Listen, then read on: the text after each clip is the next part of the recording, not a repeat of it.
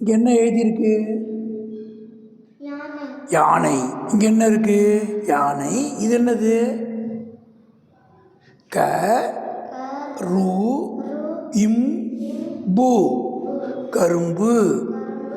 கரும்பு எப்படி இருக்கும்?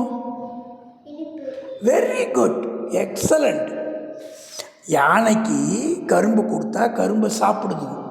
அந்த கரும்பு இனிப்பாக இருக்குது. இனிப்பாக இருக்கிற கரும்பை யானை சாப்பிடுது. சொல்லலாமா?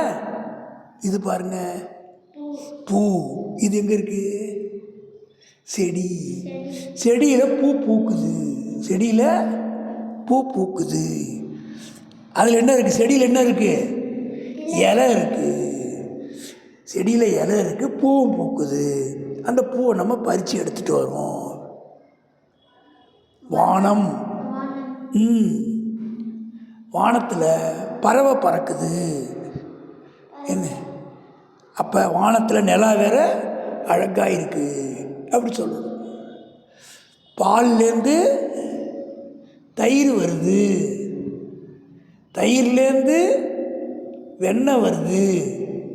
வெண்ணெயிலேருந்து நெய் வருது. சொல்லுங்கள். பால்லேருந்து தயிர் வருது. தயிர் சாப்பிட்ருக்கீங்களா? டேஸ்ட்டாக இருக்குமா? தயிர் எப்போ சாப்பிடுவீங்க? தீபாவளியில் டெய்லி சாதம் போட்டு சாம்பார் சாப்பிட்ட பிறகு, ரசம் சாப்பிட்ட பிறகு தயிர் சாதம் சாப்பிடும். தயிரை ஊற்றி உப்பு போட்டு பிசைஞ்சு கொஞ்சம் ஊறுகாய் வச்சு தொட்டுக்கிட்டு சாப்பிடும். தயிர் நம்ம தினம் சாப்பிடுவோம். பால்லேருந்து தயிர் வருது. தயிர் எப்படி வருது? அந்த பாலில் கொஞ்சம் போகிற ஒரு சொட்டு தயிரை ஊற்றி ராத்திரி வச்சுட்டா காலையில் அந்த பால் என்னவாயிடும்? தயிராக மாறிடும். அந்த தயிர்லேருந்து நம்ம கடையும் போது வெண்ணெய் கிடைக்கும். வெண்ணெயிலேருந்து நெய் கிடைக்கும். நெய் எதுக்கு யூஸ் ஆகுது? நம்ம ஸ்வீட்லாம் சாப்பிட்றோம்ல, மைசூர் பாக்கு, லட்டு, எல்லாத்துலேயும் நெய் போடுவாங்க.